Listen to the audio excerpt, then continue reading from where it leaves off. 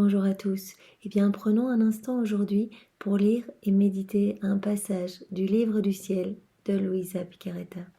Au nom du Père qui m'a créé, du Fils qui m'a sauvé et du Saint-Esprit qui me sanctifie. Amen. Jésus, je me plonge en toi, dans ta divine volonté. Je m'unis à toi, je m'identifie à toi, je me fusionne en toi, je me consume en toi. Je viens fondre ma volonté propre dans ta divine volonté. Je viens me plonger dans ton acte unique et éternel d'amour, dans ce grand bain de ta lumière, de ton Esprit Saint, de ton amour, de tes grâces, de tes bénédictions, de tes mérites, de ton sang, de ta volonté, de ta divinité, de ton humanité. Et je te demande, Jésus, eh bien, d'accueillir avec moi toutes les âmes de toutes les générations, toutes les âmes du purgatoire, tous les agonisants, toutes ces personnes qui vont mourir aujourd'hui, tous les pécheurs obstinés, tous ceux qui ne veulent pas de toi, qui ont le cœur trop fermé. Je plonge aussi dans ce grand bain de ton amour, eh bien, toutes les âmes qui te sont consacrées, qui parfois s'écartent du chemin, et toutes les âmes qui n'ont pas foi en ta miséricorde, ou qui n'ont plus foi en ta miséricorde, les nouveaux Judas, Seigneur, pour que vraiment tu viennes nous marquer du sceau de ton divin fiat, que tu viennes poser une petite semence dans nos cœurs, une semence de ta divine volonté, pour que nous puissions tous nous ouvrir à cette grâce de cette union sanctifiante. Seigneur, je veux que tous tes enfants reviennent à toi, que nous revenions tous à ce pourquoi nous avons été créés, vraiment des enfants de lumière, des propriétaires, dépositaires de tout ton royaume. Alors Seigneur, vraiment, s'il te plaît, remplis-nous tous de ton Esprit Saint et de ton amour, et viens vivre dans nos cœurs, viens t'y installer. Je te donne, moi, mon cœur, viens aujourd'hui, engage mon amour pour toi, pour que tu puisses t'y sentir libre, que tu puisses venir vraiment t'y établir avec le Père, le Saint-Esprit, avec ton royaume, ton trône, tous tes actes divins, tes attributs divins, et que tu puisses agir vraiment à partir de mon humanité que je t'offre. Oui, Jésus, je veux que ce soit ta divine volonté qui vienne, s'étendre en moi, vraiment croître en moi, que ta vie divine puisse croître en moi, et que vraiment tu sois présent dans tout ce que je suis, que vraiment mes mains en fait soient sanctifiées par tes actions à toi, que mes yeux soient tes regards à toi, que mes regards soient imbibés dans tes regards à toi. Je plonge toutes mes paroles dans tes paroles à toi. Je veux que tu sois dans toutes mes pensées, dans mon souffle, mes respirations, dans mes battements de cœur, dans tous mes mouvements conscients et inconscients.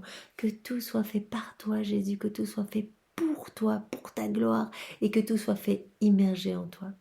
Merci Seigneur avec tes propres remerciements.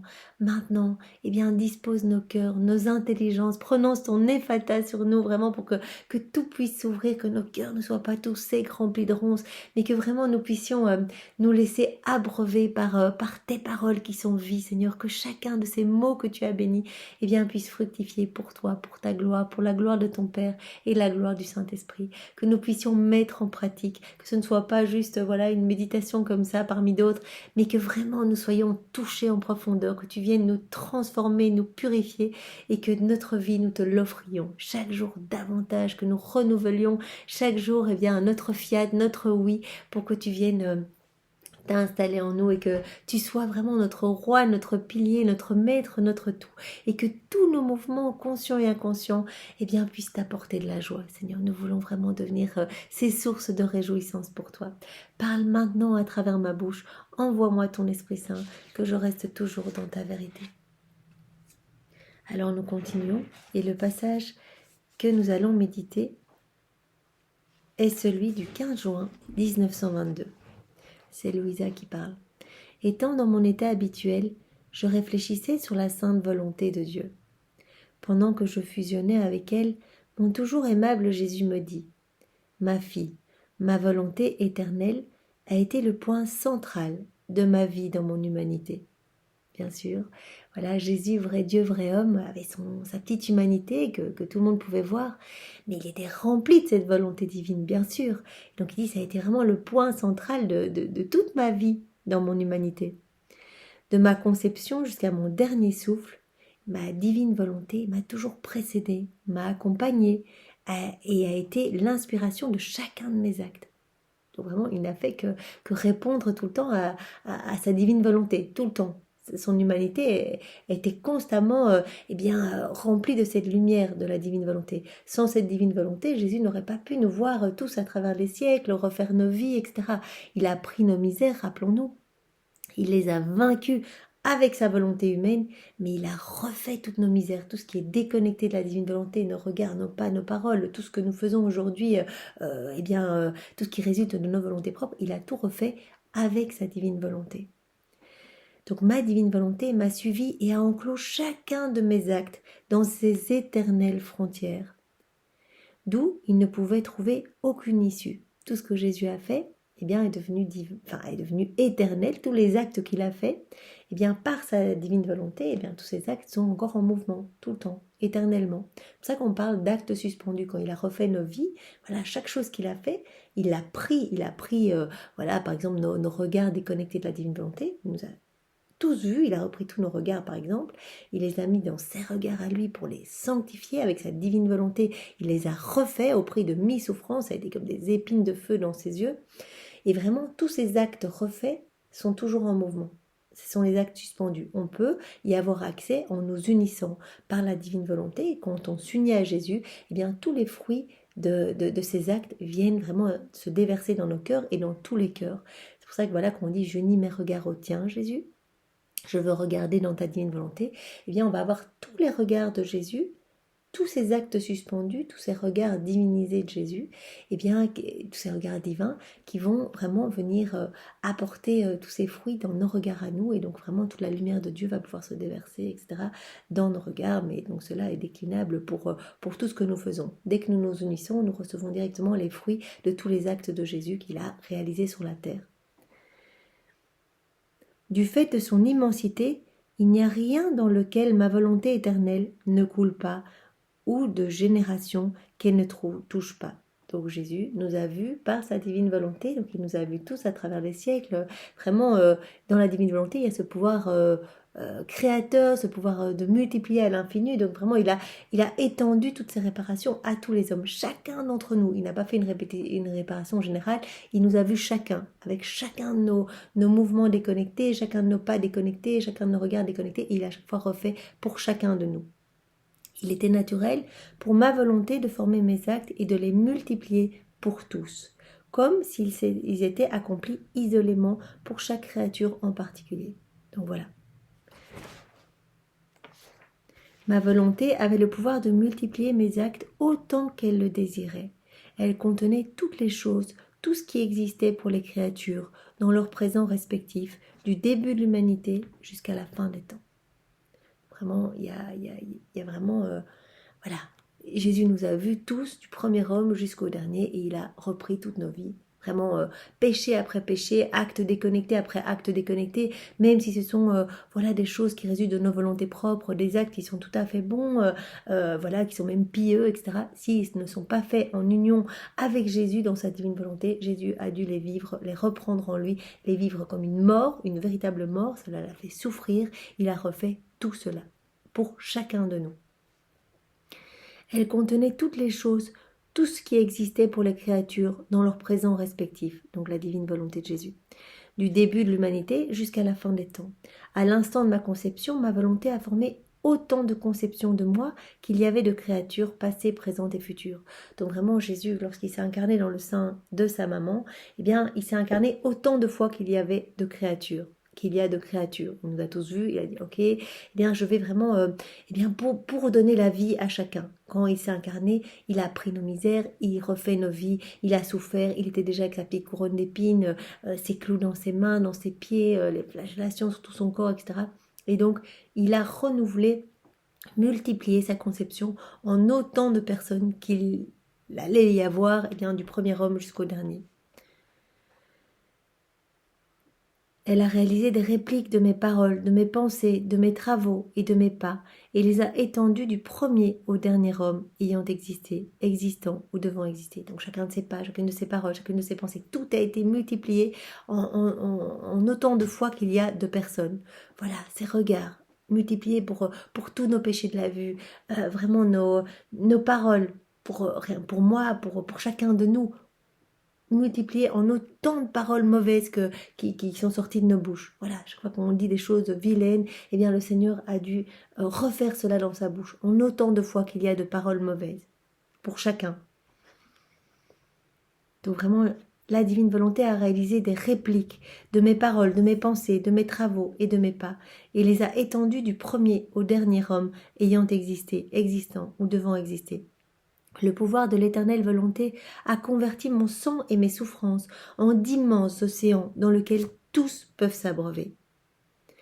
N'eût été le prodige de la volonté suprême, ma rédemption n'aurait été qu'un simple événement au bénéfice de quelques créatures. S'il n'y avait pas eu la divine volonté, eh bien la rédemption de Jésus n'aurait touché que quelques personnes. Voilà, il aurait fait de beaux actes, il aurait parlé avec amour, etc. Ça n'aurait touché que quelques personnes. Mais parce qu'il a tout fait dans sa divine volonté, eh bien, il a pu toucher toutes les générations, refaire toutes nos vies, tous nos actes déconnectés, tous nos regards déconnectés, nos pas déconnectés, etc. Ma volonté n'a pas changé. Elle est comme elle a été et comme elle sera jamais. C'est cette même divine volonté que Jésus veut nous donner. Donc pour que nous fassions la même chose que lui, quand nous nous unissons à lui, que nous plongeons, nous nous immergeons dans sa divine volonté, que nous immergeons nos volontés propres dans la divine volonté, eh bien à ce moment-là, nous allons pouvoir aussi, par nos prières, toucher tous les hommes de toutes les générations, par nos réparations unies à celles de Jésus, eh bien réparer pour tous les hommes de tous les temps, du premier au dernier, par nos regards, faire une union avec Jésus, nos regards vont toucher tous les hommes, etc. Donc vraiment, il va y avoir ces effets bénéfiques qui vont vraiment toucher partout, toute la création, tous les hommes dans le ciel, sur la terre, etc. Lorsque je suis venue sur la terre, j'ai uni ma volonté avec la volonté humaine. Donc il est venu pour unir toutes les volontés humaines à la divine volonté. C'est ce qu'il a fait. Il a dit, j'ai uni ma volonté humaine à la divine volonté quand je suis venue m'incarner sur la terre, dès la seconde 1 de mon incarnation.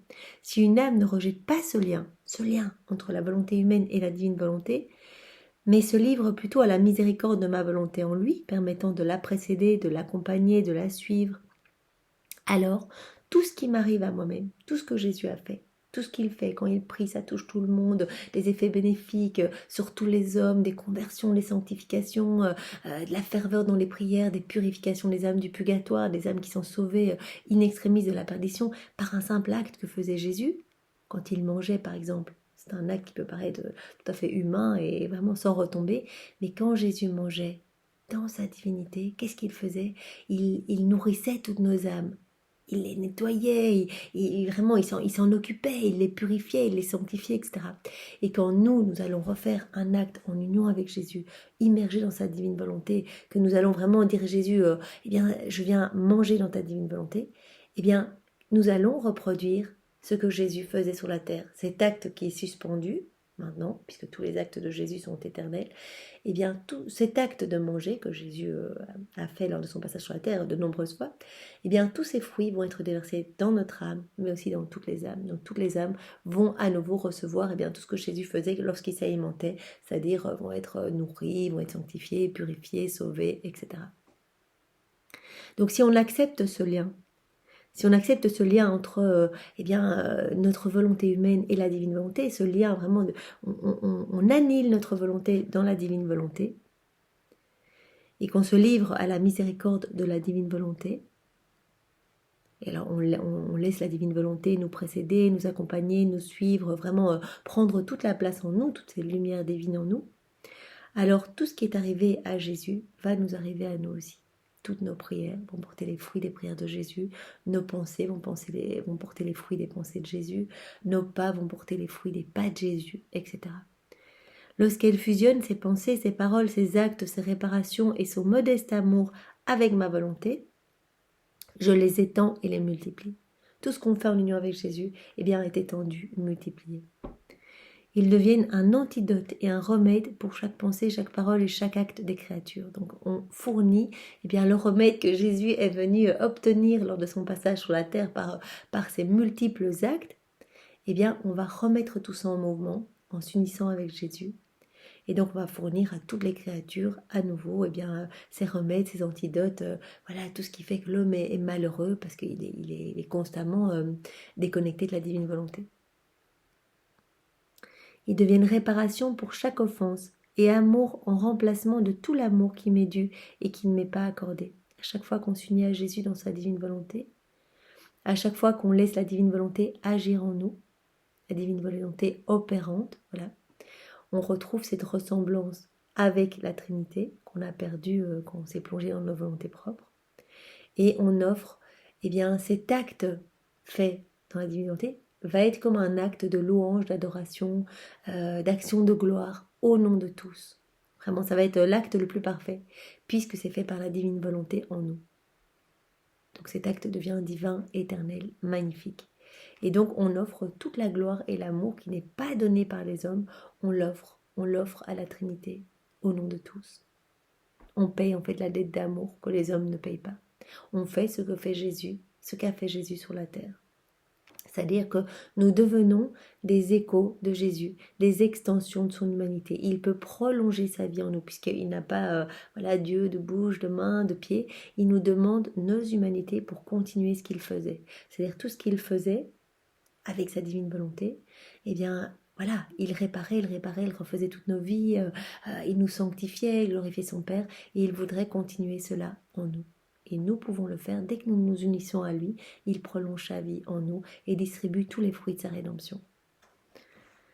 Si cela n'arrive pas, c'est uniquement parce que la volonté humaine fautive ne se jette pas totalement dans les bras de la volonté divine, et en conséquence ne prend pas tout ce qui y est disponible. Tout est disponible, tout est là, tous nos actes refaits, nos vies refaites, sanctifiées, tout est là au-dessus, en acte suspendu. Et vraiment, voilà, si l'homme est si malheureux, s'il ne revient pas à ce pourquoi il a été créé, s'il est rempli de misère, s'il marche la tête en bas, si vraiment tout est noirceur puanteur dans l'homme, autour de l'homme, sur la terre, eh bien c'est parce que l'homme ne s'unit pas à Dieu, l'homme ne plonge pas sa volonté humaine dans la divine volonté de Dieu. Elle ne se jette pas totalement dans les bras de la divine volonté. Et en conséquence, donc, elle ne prend pas tout ce qui pourrait être remède, antidote à sa détresse, à sa misère. De ce fait, elle ne peut rien donner aux autres. Qu'on agit dans nos volontés propres, notre portée est assez limitée finalement. On peut faire des actes de charité, mais toujours ce sera teinté par notre volonté humaine, d'être reconnu, d'être aimé, etc. Et la portée sera très limitée. On va aider quelques personnes là, ben voilà, ce sera les quelques personnes qu'on a aidées. Mais quand on s'unit à Jésus, qu'on le laisse agir en nous, on laisse sa divine volonté opérante en nous, là, c'est magnifique, là, ça touche toutes les générations, ça va dans le ciel, sur la terre, partout, toute la création est en fête, parce qu'on retrouve cette place à laquelle nous étions appelés, donc vraiment, le plan de Dieu peut trouver son plein accomplissement en nous. Rappelons-nous que le fiat de la sanctification est vraiment l'achèvement du fiat de la création et de la rédemption. C'est le plan initial de Dieu, c'est qu'on soit rempli de lui, qu'on soit rempli de divin, rempli de la vie divine, et que vraiment tout puisse le glorifier, chacun de nos mouvements, nos regards, nos paroles, tout ce qu'on écoute, nos pas, etc. Donc vraiment, toute la création sera en fête, toute la nature, les saints seront glorifiés et recevront une gloire nouvelle à chaque acte qu'on va faire en union avec Jésus dans sa divine volonté. Donc voilà, malheureusement, si l'homme ne veut pas, se ferme, ne veut pas unir sa volonté à la divine volonté, rien ne peut être acquis. De ce fait, elle ne peut rien donner aux autres. Si on n'est pas uni à Jésus, voilà, on va donner que des petites choses humaines, voilà. Elle expérimente les limites humaines qui la rendent misérable, pauvre et fautive dans ses décisions. Voilà pourquoi je veux tant que tu comprennes ce que signifie vivre dans ma volonté, dans la mesure où il est possible à une créature de le comprendre.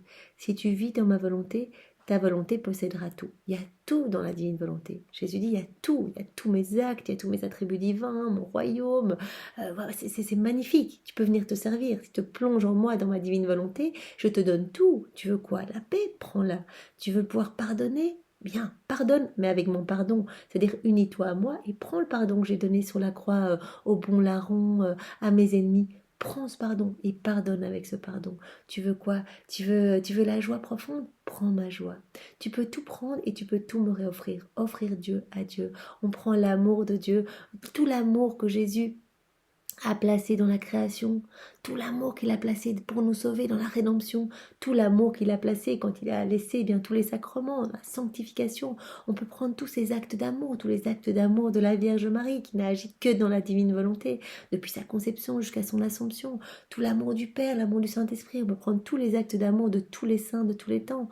On peut les réoffrir. On peut prendre les actes d'amour des âmes qui ont vécu, qui vivent et qui vivront dans la divine volonté, et on peut tout offrir au nom de tous. Vraiment. Alors à ce moment-là, on donne quelque chose de magnifique, on paye cette dette d'amour, cette dette de gloire. Vraiment, on rend heureux le ciel quand on fait ça et toute la création.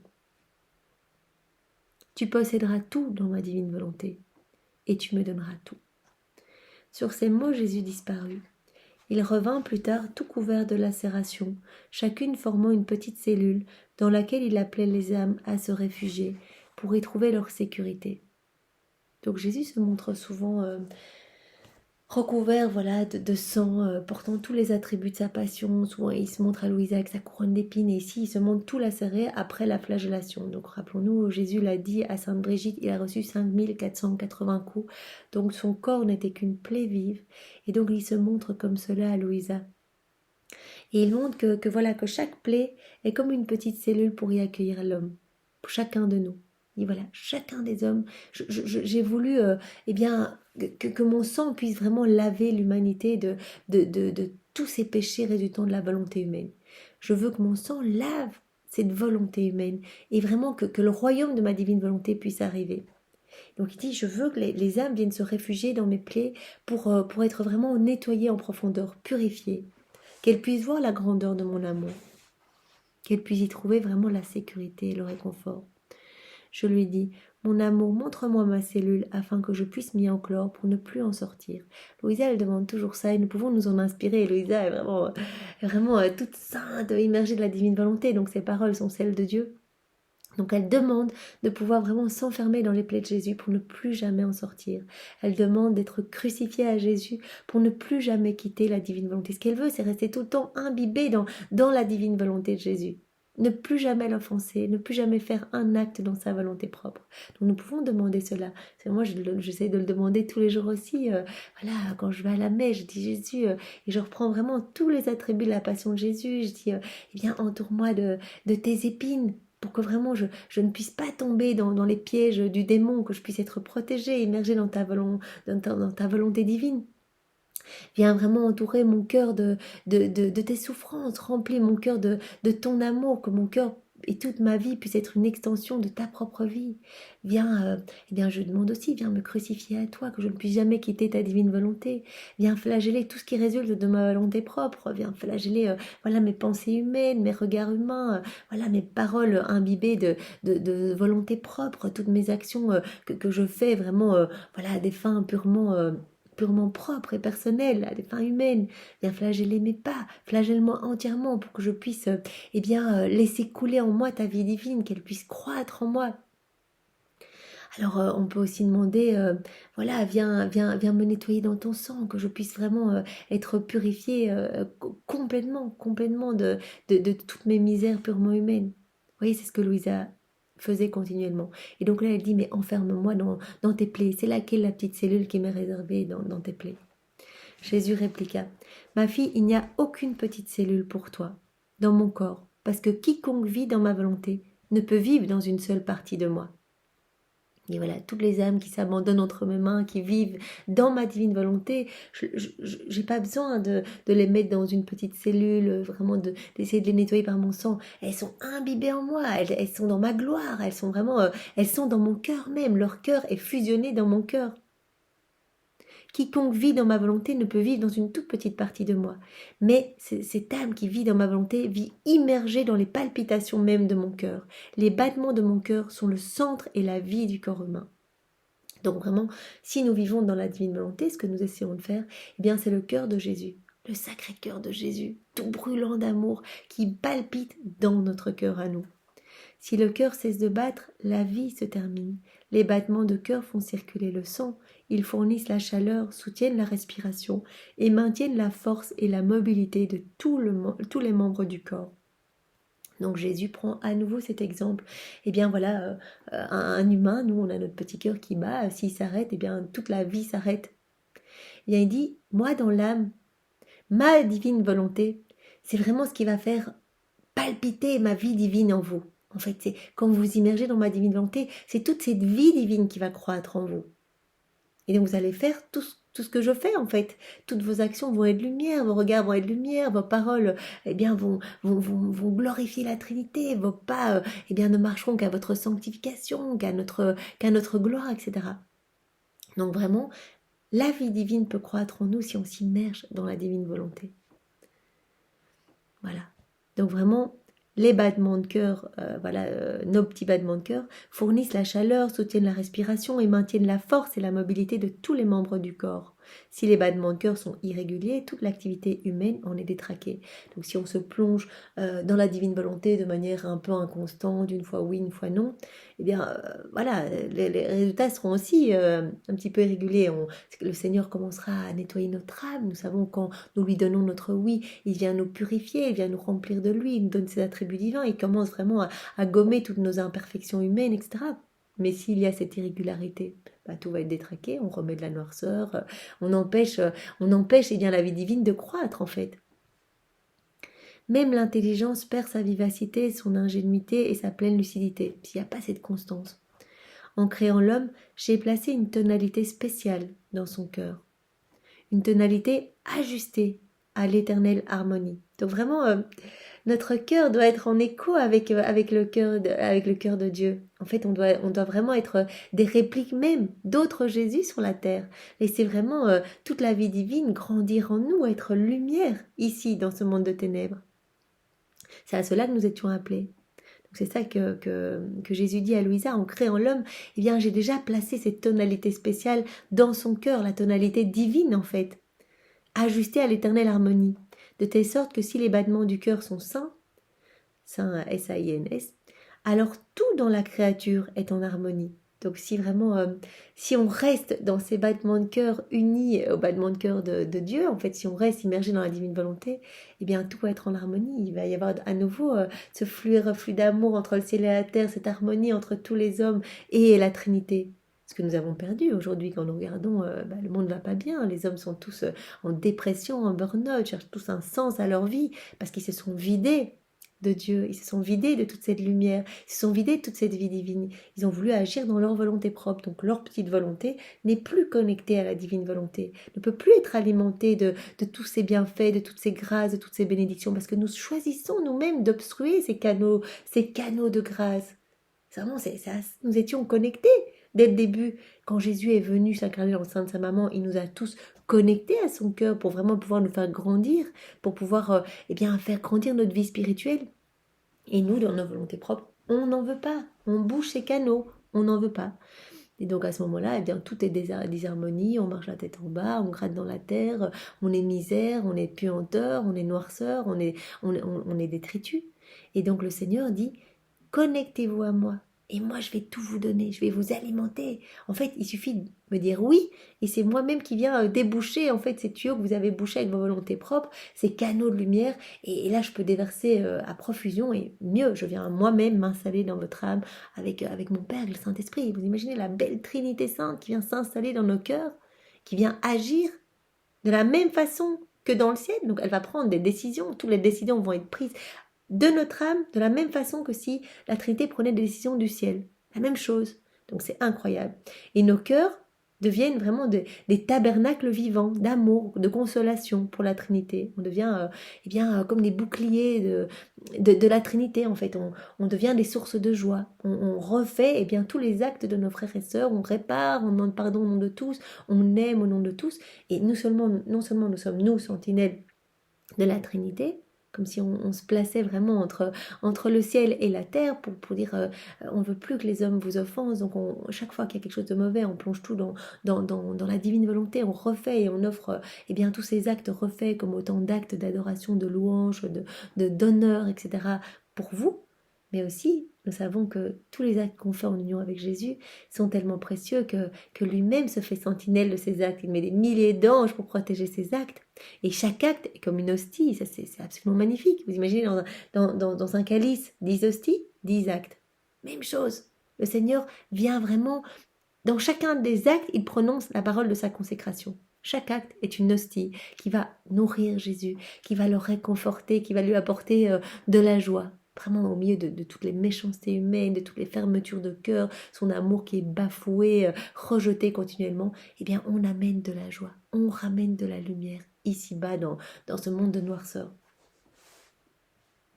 Donc voilà, si on laisse la divine volonté vivre en nous, divin vouloir agir en nous, opérant en nous, tout en nous va devenir harmonie.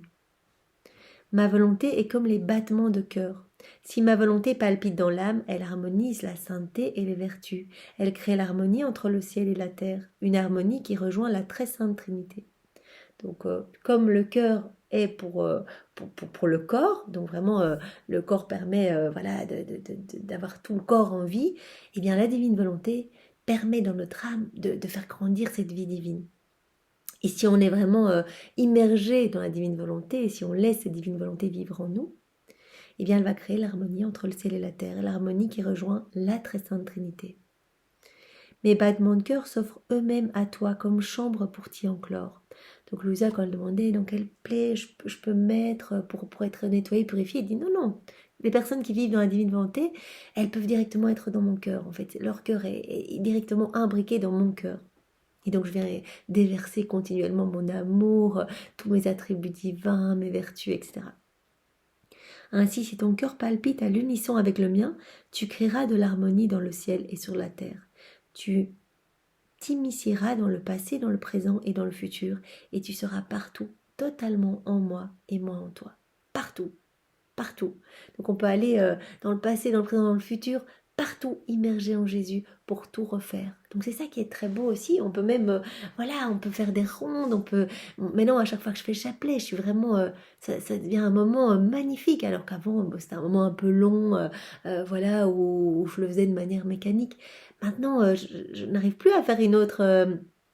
quelque chose d'autre pendant que je récite le chapelet. Je suis vraiment avec Jésus. Et à chaque Ave, je lui dis quelque chose.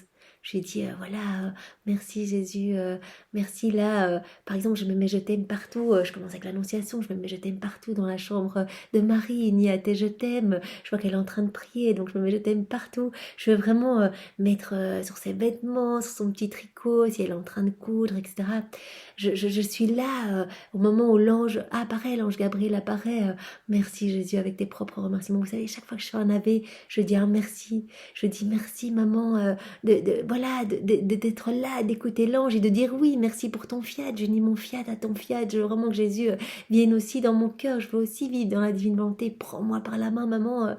Et voilà Jésus, là tu t'incarnes. Je prends toute cette lumière qui résulte de ton incarnation. Je viens la placer dans tous les cœurs. Je reste près de toi, Jésus. Je vois que tu manques de place, tu manques, d'air, tu es comme étouffé dans le petit ventre de Marie, toi la lumière du monde, je veux te consoler, je veux t'offrir tous les actes faits dans la divine volonté de toutes les âmes qui ont vécu, qui vivent et qui vivront dans ta divine volonté, puisque tu as dit que tous ces actes étaient du réconfort pour toi. Je te recouvre de l'amour de ta maman, de tous ces baisers, vraiment tout ce qu'elle a dit d'affectueux, comme petite parole tendre, je t'en recouvre là dans le ventre de ta maman. Je prends ta petite couronne d'épines, je dis tu as assez souffert, je la prends sur ma tête, je répare avec toi, je prie avec toi, je veux vraiment te prendre dans mes bras, je veux t'offrir l'amour de tous les saints, je te couvre de l'amour de ton Père, de l'amour du Saint-Esprit, je reste avec toi.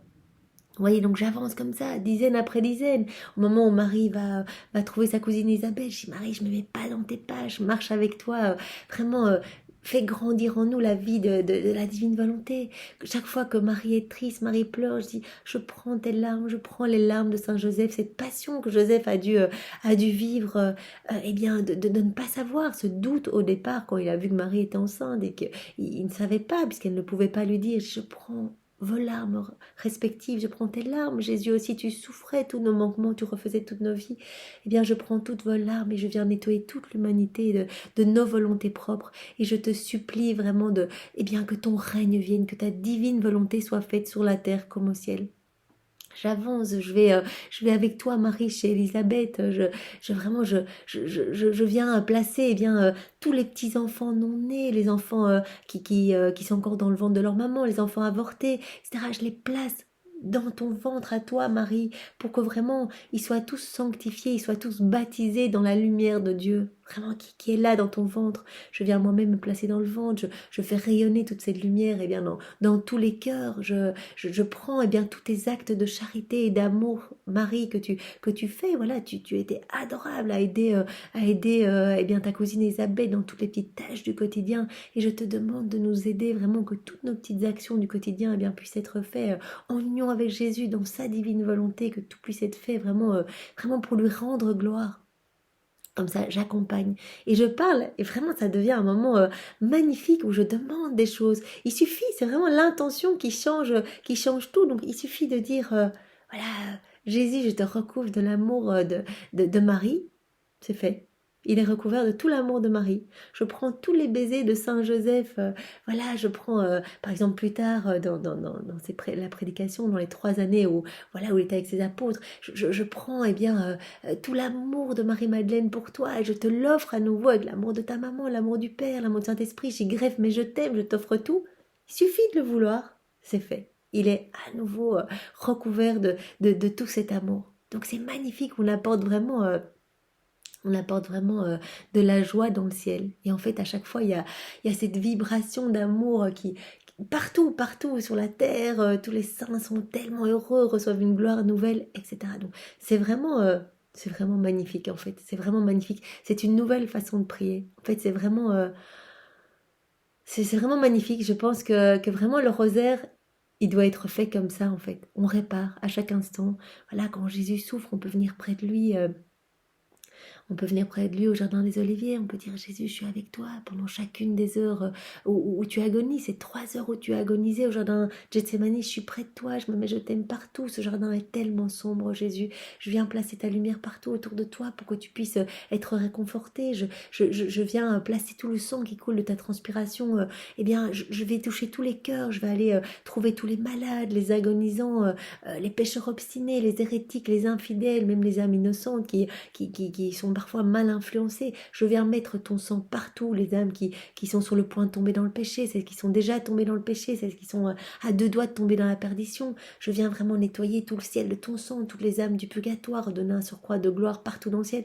Et je viens te ramener toutes ces âmes purifiées, nettoyées autour de toi pour que tu te sentes moins seul. J'entends réparer pour cet abandon que tu ressens, Seigneur. Je veux te couvrir de ton amour à toi, vraiment de l'amour de tous les saints. Je reprends eh bien tous ces martyrs d'amour, toutes ces âmes qui ont consacré toute leur vie pour te plaire, vraiment. Eh bien, je t'offre tout à nouveau, Seigneur. Je t'offre tout à nouveau. Je remets tout en mouvement, Seigneur. Je veux être près de toi au moment où tu vas être trahi par Judas. Je veux réparer ce péché, ce péché de trahison, ce baiser de trahison. Je veux le remplacer par tous les baisers de ta maman. Vous voyez, on peut le faire à chaque instant et ça devient vraiment magnifique.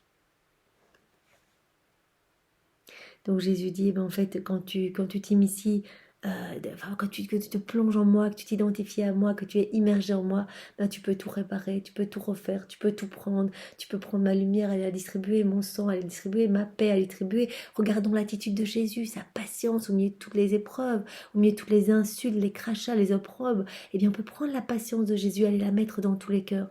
Donc c'est absolument magnifique. Tu seras partout, totalement en moi, et moi, totalement en toi. Merci Jésus pour cet enseignement que tu nous donnes à nouveau. Vraiment, nous voulons nous laisser façonner par tes mains divines. Donne-nous cette grâce de vivre dans ta divine volonté et vraiment fais-nous grandir en sainteté jour après jour, que nous atteignions eh bien ce 4e niveau à laquelle tu nous attends, vraiment être gorgé uniquement de toi, que notre vie devienne une prière continuelle.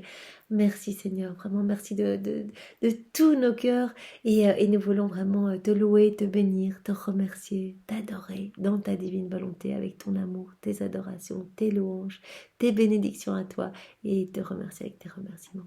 Au nom de tous, au nom du Père et du Fils et du Saint-Esprit. Amen. Soyez tous bénis, passez une belle journée. Au revoir.